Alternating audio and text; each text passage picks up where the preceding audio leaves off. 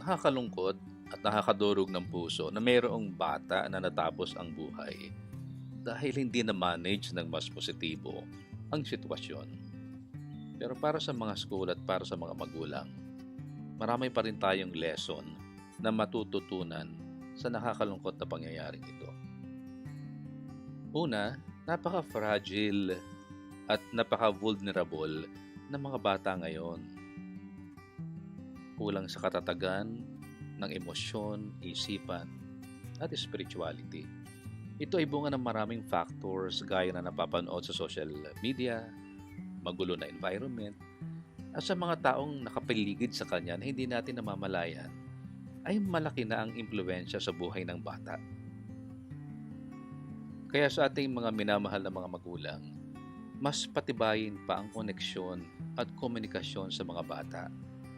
Kailangan natin ang quality presence kasama ang mga bata. Kaya patuloy nating paalalahanan at patuloy nating sasabihin sa mga anak natin ang mga bagay na ito. Na kahit anong challenges ang dumating sa buhay mo anak at kahit pumalpak ka pa sa buhay mo o sa exam mo, narito kami para sa iyo. Hindi ka namin iiwanan. Lalaban tayo lagi sa buhay, magkakasama tayo.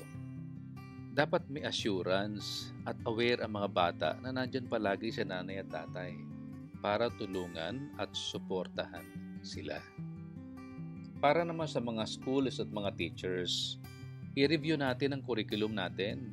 Scientifically, hindi na nakakatulong ang one-size-fits-all na style ng pagtuturo at pagbibigay ng exam sa bata. Ang bawat bata ay may kanya-kanyang lakas at kahinaan. Lalo na sa mga exam na kailangan mo mag-memorize, magkakaiba ang memory capacity ng mga bata. Iba-iba ang style na kung saan natututo ang mga bata. May mga bata na madali ang learning nila kapag practical, experiential, may binabasa sila o may napapanood sila. So kailangan approaches natin ay very diverse din sa pagtrato sa learning ng mga bata.